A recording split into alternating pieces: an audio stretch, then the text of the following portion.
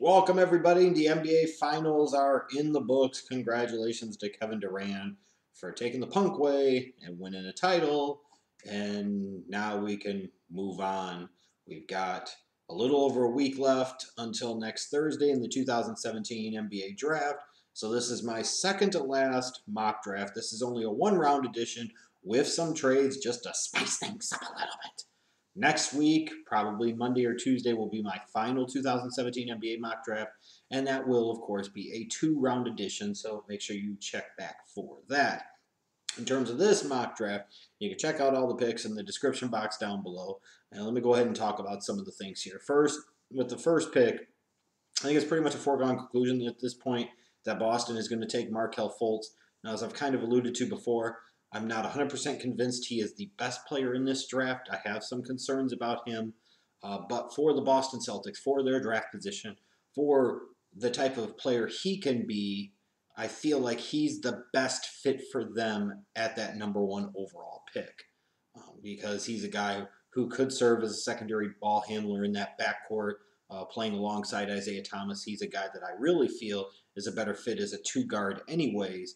So in terms of the responsibilities, in terms of what he would be asked to do, a guy that could really help space the floor for Isaiah Thomas, I really like the fit for him and for the Celtics together. And I think everybody's pretty much of the opinion at this point in time that he's going to be the guy that goes number one.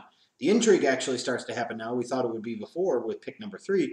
It sounds like the intrigue could potentially be happening at pick number 2. And look, I don't know if all these rumors and talk about the Los Angeles Lakers not being enamored with Lonzo Ball, not being in love with Lonzo Ball, and at this point in time, unless something dramatic changes, they're not going to take Lonzo Ball. I don't know if that's true or not. There's a part of me that wonders if it's just all one big smoke screen, but they really don't have any reason to let that stuff get out there. There's no real reason to put out that smoke screen if you were intending to take the kid, because you're not really competing with anybody to take him, because everybody assumed Boston's going to take Fultz at number 1. Well, you're number 2 if you're the Lakers. If you want Lonzo Ball, he's there. You can just take him and be done with it. I still feel like the Lakers are intentionally leaking this information. Part of the reason being is they want to let LeVar Ball know that Lonzo is just one guy, and even if he has star potential, they want to let him know that we're not going to put up with that type of shit within the Lakers organization. They maybe want to see how Lonzo responds to the fact that it's not a foregone conclusion that you're going to stay in LA. There's a lot of different reasons why they would leak this information. And believe me, they're the ones that are leaking the information, and there is a clear-cut purpose for that. And it sounds like in his workout there were parts of him that they were impressed with. There were other parts that they really weren't. So only time will tell. In the meantime, you start to hear a lot of buzz about the Sacramento Kings really being in love with De'Aaron Fox, point guard from Kentucky. And in this particular mock draft scenario, there's been some reports that Sacramento's willing to trade both picks 5 and 10 to go up and get Fox, where the Lakers are picking at number 2, which as much as I like Fox, and frankly I like Fox just a little bit more than Ball at the point guard position in this draft class, I think that's insane. But of course, we are talking about the Sacramento Kings, so it's very possible, very likely that they would be willing to do something like that. So I decided, what the hell, let's get nuts and let's see what happens if the Kings did trade up to number 2 and they took De'Aaron Fox. What happens? What are kind of the dominoes that come into play? Well, Philadelphia has Lonzo Ball fall into their lap at number 3. And again, even if LeVar wouldn't be incredibly happy, even if Lonzo wouldn't be the happiest, ending up in Philadelphia is not the worst possible scenario for Lonzo Ball. And in terms of the fact he'd get to go to the Eastern Conference, he'd still be in a major media market, while not LA. You know, if you're a star, ultimately, I don't care in American sports. If you're a star, people are going to find you. If you're a star, you can still make a shit ton of money. Don't tell me Iverson didn't make a ton of money, wasn't a huge star in Philadelphia. Dr. J before that. Barkley in the middle. The point is you can be. And Lonzo Ball going there with a Joel Embiid, with a Ben Simmons, with an organization with other draft pick currency in future years still to be spent. You know, this is a team, Dario Saric.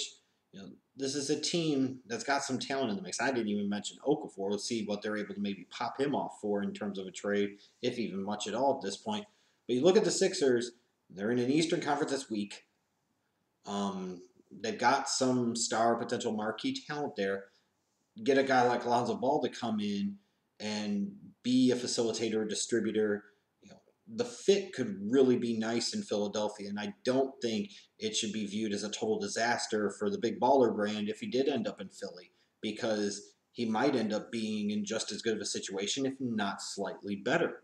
Um, so I've got him going 3. Jayson Tatum still going 4 to Phoenix. Josh Jackson ends up falling to 5 to the Lakers. And again, the Lakers really like him, and they like the fit, and they feel like he's their dude. They may not want to trade down, and they may just end up taking him at number 2, and that is very possible. With that said, in this scenario, they end up with him at number 5. And even though some people will scratch their heads and be like, why wouldn't you take a Lonzo Ball? I could see the fit with Josh Jackson because he could play the 2, he could play the 3. I do think he could play in the front court with Brandon Ingram. You could go smaller lineups and you play Ingram at the 4. You try to make him your Durant type of guy. It makes sense because ultimately, long term, if you're trying to build yourself as a team that can contend with and potentially usurp the Warriors, you need to be able to match up with them. And you need a two-way talent with the defensive upside of a guy like a Josh Jackson, if you're going to be able to contend. Flat out, period. So it works out for him. Orlando, I've got taken Markkanen right now at number 6. That's changed a little bit.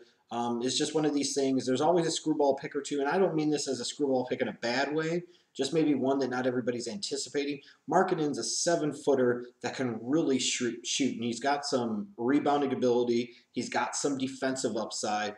There's some potential here with this kid, and for a team like Orlando, you look at some of the other players available, it feels like Markkanen could come in and contribute some right away, and he could space the floor, and he's not going to be the be-all, end-all, but he could definitely be in a step in the right direction. I love the fit of Jonathan Isaac to the Timberwolves at number 7. He could play the 4, play some 3. He'd be a guy that could do a lot of things defensively that Tom Thibodeau is really going to like.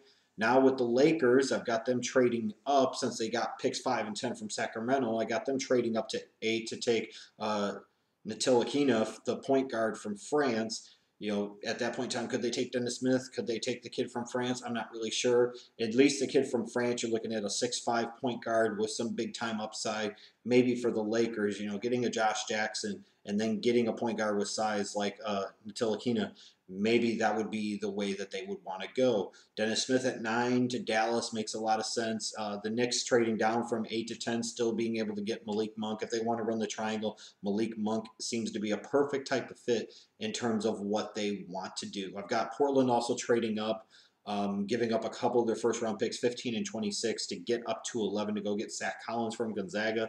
They're looking long-term perhaps as getting some help in that front court to go along with Lillard and McCollum in the backcourt and Nurkic at the center position. They need a 4, and Collins isn't ready yet, but he does have massive upside. I like Donovan Mitchell as kind of a combo guard for the Pistons at 12. Denver's in the position where they're not ready for prime time, but they don't have necessarily a glaring need.